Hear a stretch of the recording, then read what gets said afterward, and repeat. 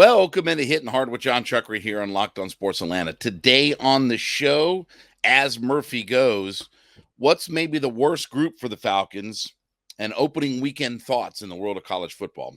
It's all next. It's Hittin Hard with Jon Chuckery, Locked On Sports Atlanta. This is Hittin Hard with Jon Chuckery, part of Locked On Sports Atlanta. And it starts now.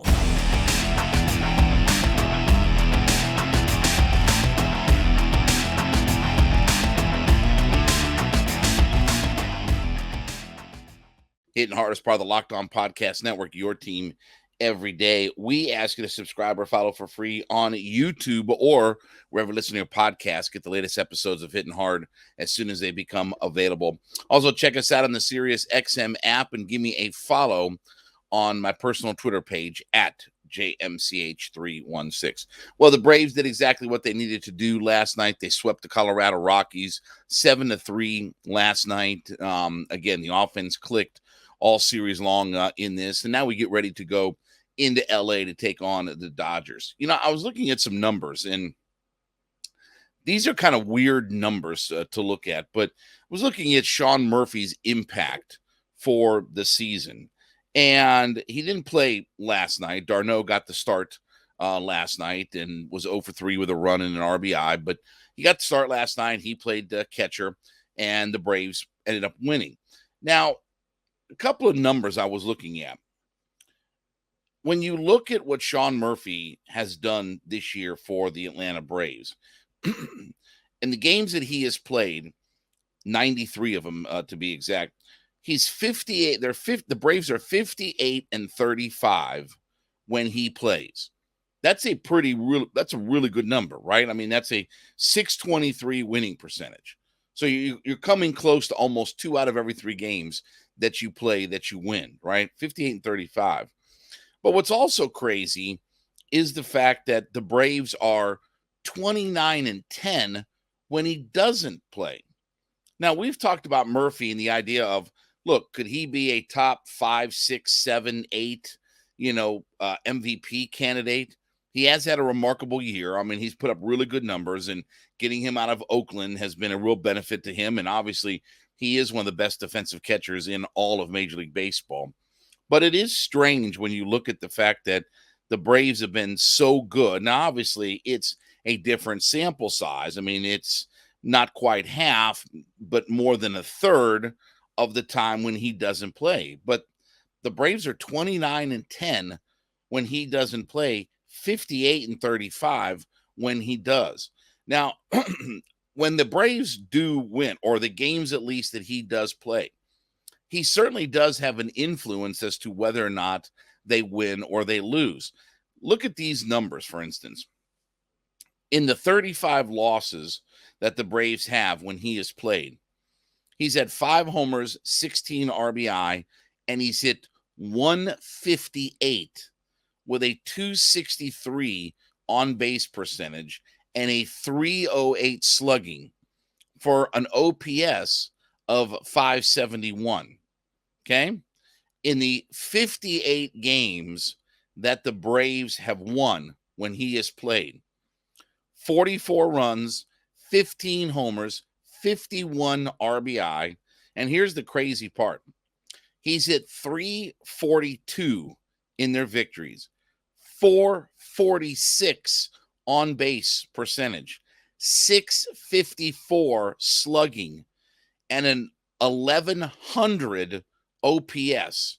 So you can make a case that when Sean Murphy plays, as he goes, the Braves really go. Think about that. He's almost 200 points higher in their wins when he plays versus their losses. He is almost 200, just about 200 points better in his on base in their wins than when they lose. His slugging is more than double, 654 to 308, and his OPS is almost double, 1,100 versus 571. So if you want to know, if you want to just kind of 35,000 foot view, gauge as to whether or not the Braves are going to win, and this is kind of crazy to think about it in these terms. But in the macro, if you look, if Sean Murphy plays, yeah, there's a good chance they'll win, but there's a great chance that they won't win. Now, look, again, I'm not advocating not playing Murphy or anything like that, but it is just crazy the way that these numbers have worked themselves out. They're 29-10 when he doesn't play. I don't understand the reason why. I mean, again, Darno is having a nice year, but he's not having a great year, and he's their backup. And, again, he's got 9 homers, and he's done some nice things. But it is crazy to think about that arguably one of the best defensive catchers and a guy who's had a really good offensive year, as he kind of goes, again, if he's not in the lineup, 29-10. If he's in the lineup, 58-35, but he's almost hitting 200 points higher in that 93 games that the Braves play, that when they win, he's having a massive influence on the game. Again, 15 of his home runs have come in victories. 5 have come on a 158 batting average. It's just kind of weird how one guy can, and I'm not saying that he's the reason why that they've won or they've lost or whatever like that, but there are trends. I mean, right? I mean, we're sponsored by, today on the show, FanDuel. Again, there's betting trends and things like that you can look at.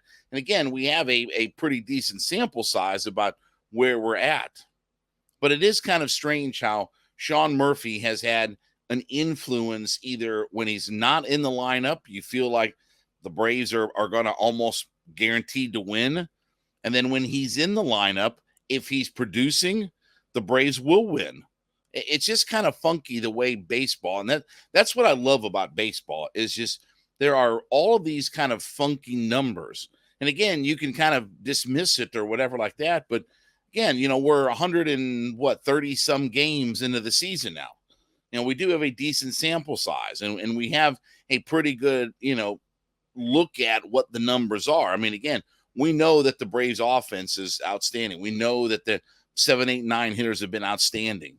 That's been a big part of why that they have played so well. And obviously given Ronnie the numbers, for Olsen and Ronnie and Riley and all these guys and Ozzie, all the numbers, because they can turn that lineup over.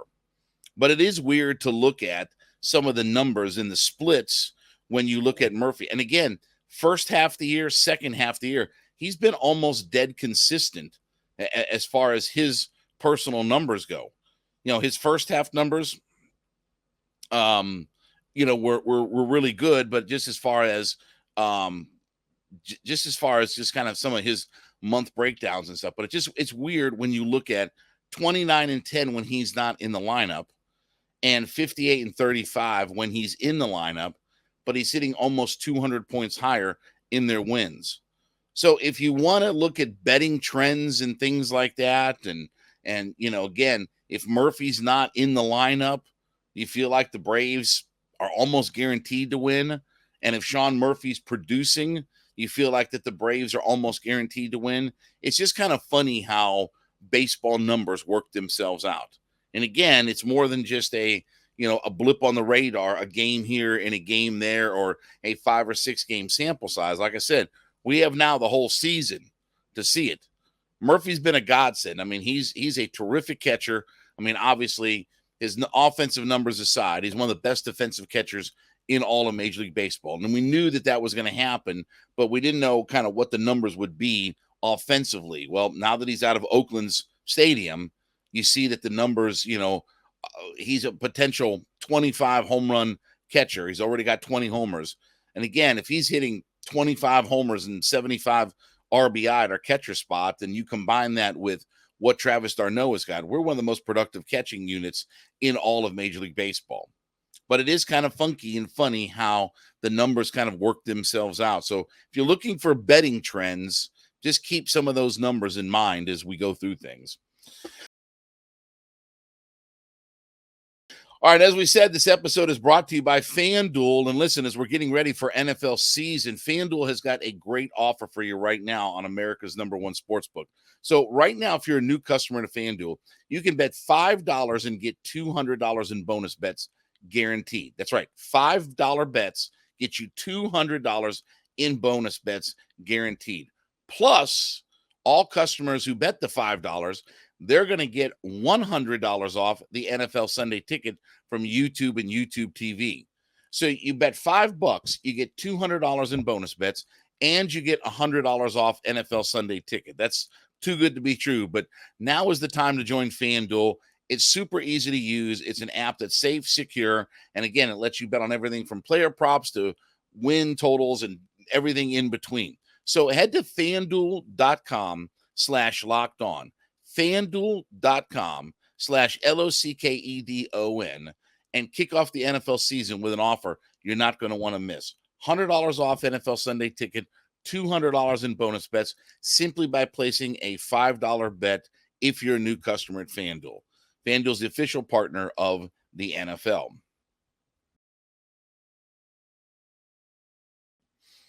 So I think that we feel like what our number one positional group strength is for the Atlanta Falcons, right? I mean, I think we all agree that the offensive line is our number one, positional strength group. And again, you can make a case maybe that, the secondary, as the season goes along, that will be maybe our number two, or maybe it becomes our number one or whatever like that. But going into the season, we feel like that our offensive line is still our most secure group, right? They've done a lot of good things over the last 2 years, even with some of the challenges, even with some of the injuries that they faced. Jake Matthews has still been really solid. Chris Lindstrom is the best interior offensive lineman in the NFL. And Caleb McGarry has had a really nice year. And again, he, when you put him in the things that he does well, he's outstanding, right? I mean, when he can run block and get his hands on you, he's an outstanding offensive lineman. Some of the other things, whatever, but we feel good about where we're at with our offensive line, and it's our real strength. And we've been able to run behind those guys for 2 years now. So what is, for lack of a better term, the worst positional group that we have for the Atlanta Falcons? If I look at what our weakest group is right now, I'd probably select our linebackers. There's a lot of question marks about what our linebacking group is. So it's Ebiketie, Bud Dupree, D'Angelo Malone, Kaden Ellis, Lorenzo Carter, Nate Landman, Trey Davis, Troy Anderson. And we've talked about different people in this linebacking group over the course of the last handful of months. Obviously, look, if Ebiketie can become that fire breather off the edge and he can be a double-digit sack guy, then this linebacking core and its perception completely changes. But if we can't find that guy that, again, and because of the defensive style that we play, we can't find that guy that comes off the edge and, is that fire breather, then we're going to have problems and issues, and we're not going to be as good. So look, Ebiketie's a guy who is a real wild card in all of this.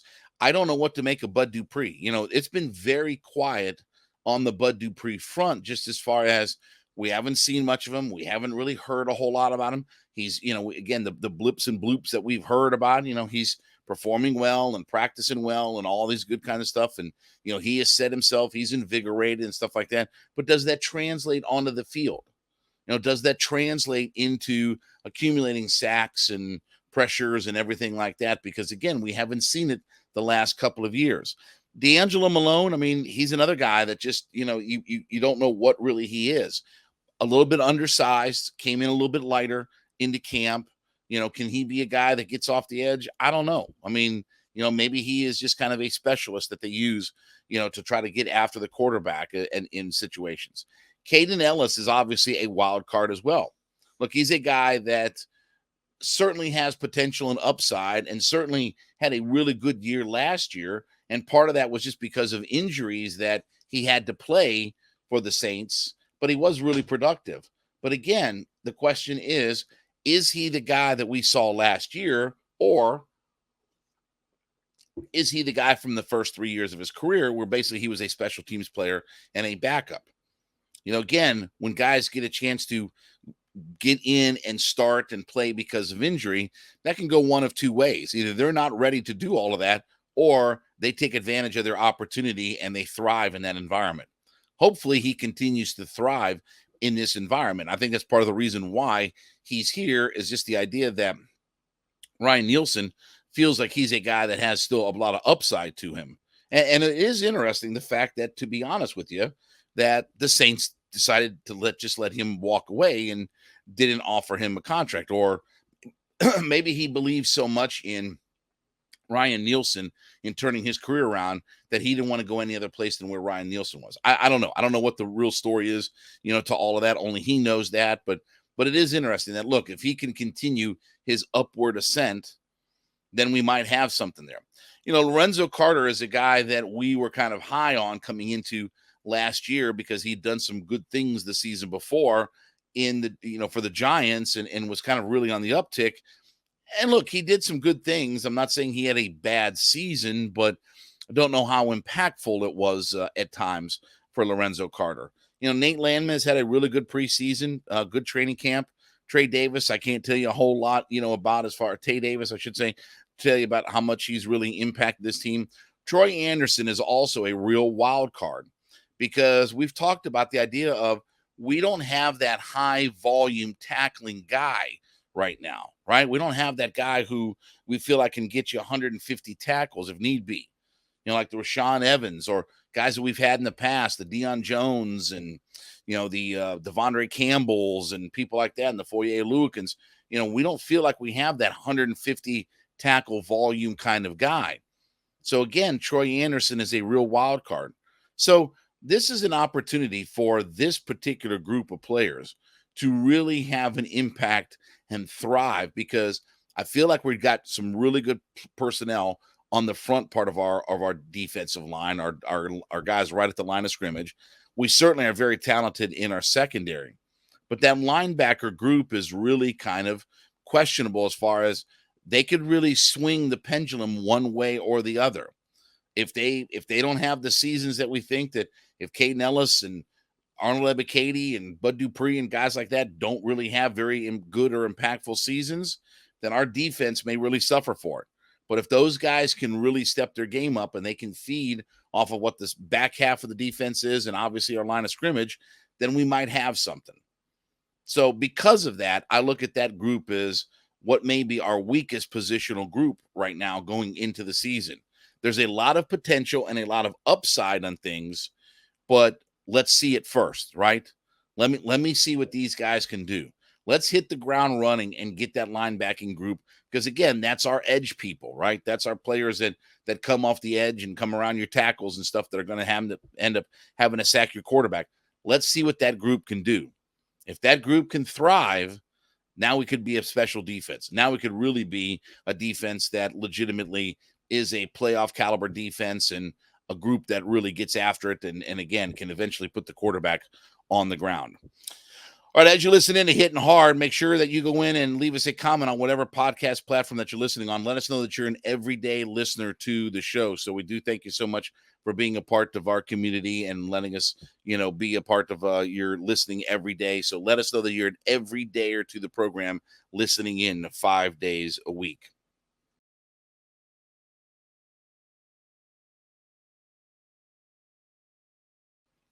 All right, a couple of quick thoughts about opening weekend for the local teams. I mean, we'll get things started off with Georgia State tonight. So, again, they play Rhode Island. Look, there's a real chance for Georgia State to get off on a good foot. Again, last year playing North Carolina, South Carolina, and over the last few years, they've had some tough out-of-conference games that really kind of stubbed their toe a little bit and not gotten off to the season, that they had, hoped for. But let's also hope that last year was kind of a blip on the radar for Georgia State. Again, they were 0-5 in one-score games last year. And if they could turn just a little bit of that around, they could have been a bowl team. They were 4-8 last year. Certainly if you find a couple more wins, especially like against Charlotte, where that was a shootout. What was it, like 42-41? They lost, that game. I mean, again, there were a couple of things that they left maybe some potential wins on the table. They return their starting quarterback. They have, their best wide receiver left to go to Louisville, but they still have all of their other guys. There's like 5 or 6 guys that are right behind him that were all their leading pass catchers. So offensively, they should be pretty good. I think their offensive line can come together and be pretty good. Granger, their quarterback, again, he led them in rushing last year. Their running attack is still pretty good. And if he can increase his completion percentage just a little bit, their offense should be pretty good. It's defensively where they have all the questions, right? I mean, again, this was one of the worst pass defenses in college football. The stat that I saw was when quarterbacks completed 62.5% or more against Georgia State, they didn't win a game last year. They were 0-6 in games where quarterbacks completed 62.5% or more. When they completed less than that, Georgia State was 4-2. So again, defensively, and they have a new defensive coordinator, defensively, this is a situation where they have to improve their pass defense immensely. Again, it's a college football world where people throw it all over the field, but they have to find a way to improve their pass defense efficiently. So I think Georgia State's got an opportunity to get itself back on track. Let's hope that it's a blip on the radar when all is said and done, and they can get themselves in the victory column. Starting off, their schedule is not too bad. Their conference schedule is really hard, and they'll play LSU come the end of the season. Again, the second to last game of the regular season is against LSU, but we'll worry about that when we get ourselves down the road. But for now, Georgia State has to pile up some wins and take some opportunities. And again, they weren't good in one-score games last year. Let's see what they can do. Tech in Louisville coming up on Friday night from Mercedes-Benz Stadium. And, in talking to the guy who's the beat writer for Georgia Tech now, Chad Bishop, one of the things that really stands out to you is the fact that this team has not been in the top 70 in yards on offense since 2018. The last time that they were in the top 70 in yards per game on offense was 2018. And look, they haven't had a quarterback. This is remarkable. They haven't had a quarterback that has thrown for 2,000 yards since Taylor Bennett in 2007. 2007, the last time they had a quarterback. Now, again, I know the Paul Johnson thing and stuff like that, but if you can't be a modern college offense, you're not going to succeed. Again, you could talk about playing the teams that can win on defense are Alabama and Georgia. I mean, that's the two teams that can win because, again, they have all the five-star personnel and they have all the first-team All-Americans. Like they have all the personnel, but you're not going to win with an antiquated offense. And this is not just a shot at Paul Johnson. I mean, look, their offense has not been very good for a long time now. Wasn't at the very end of the, tenure of Chan Gailey through Paul Johnson's, some of his years. And then obviously the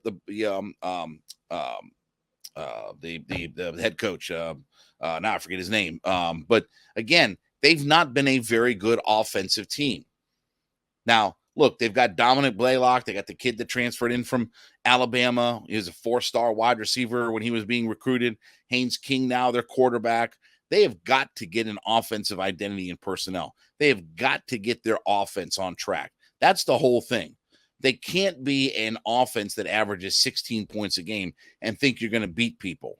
You might be able to do that if you're Alabama, Georgia, again, with their defenses, where you only give up 10 points a game. But Georgia Tech is not going to live in a world where they're going to win football games and only give up Jeff Collins, by the way, too, was the coach that I'm trying to think of. But again, they're not going to score 16 points a game and think that they're going to win football games. That's not going to be the reality. Now, the strength of their football team is their secondary. And this is going to be a good opportunity for Tech because, again, Jeff Brom coming in to Louisville. Look, there's a lot of questions about Louisville, and when you install an offense and a system in that style, it's going to take a while. There's going to be a learning curve for the personnel of Louisville. So getting them right out of the gate is really a benefit to Georgia Tech because, again, comes week 7 or 8, their offense will be in a rhythm and get things clicking, okay? But early on, there's going to be a big learning curve.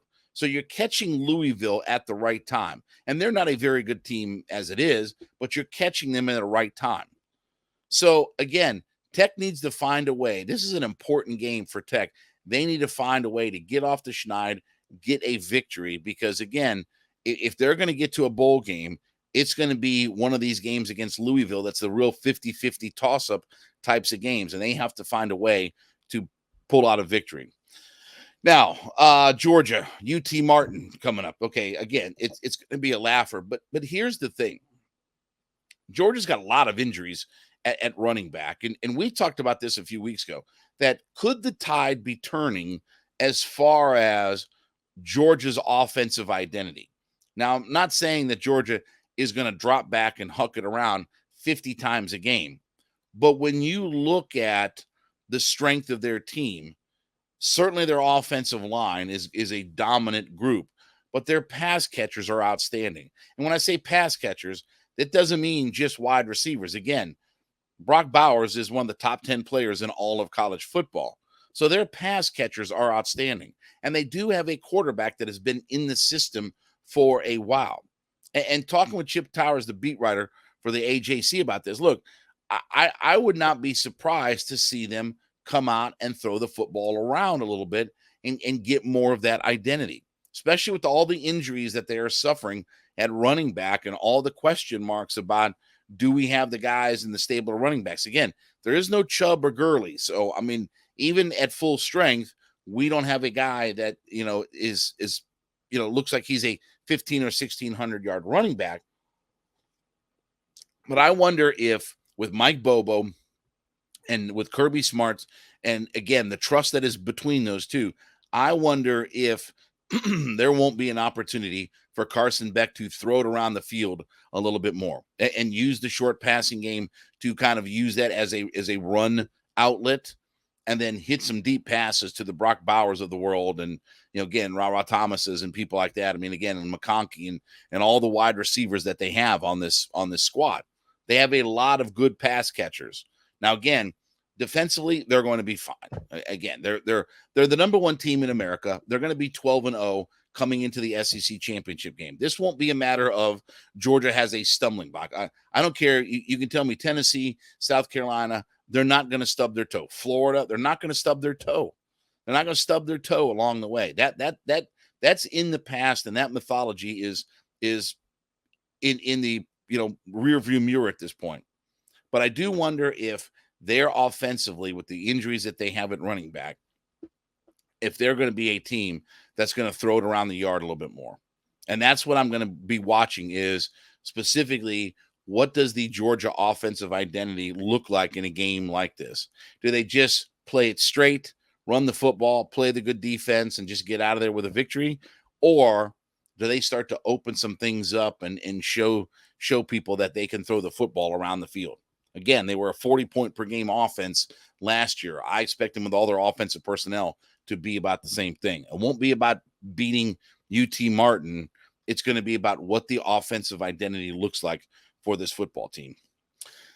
All right, thank you so much for making Hittin' Hard your first listen. Be sure to go in and leave us a comment on whatever podcast platform that you listen on, that you are an everyday listener to the show. So drop us a note. Let us know that you're an everydayer, as we like to call them, listening in 5 days a week to the program. So we thank you so much for that. We ask you to subscribe or follow for free on YouTube or wherever you listen to your podcast. You can get the latest episodes of Hittin' Hard as soon as they become available. Also, check us out on the Sirius XM app and give me a follow on my personal Twitter page at JMCH316. We'll wrap up the week tomorrow. This has been Hittin' Hard with Jon Chuckery, Locked On Sports Atlanta.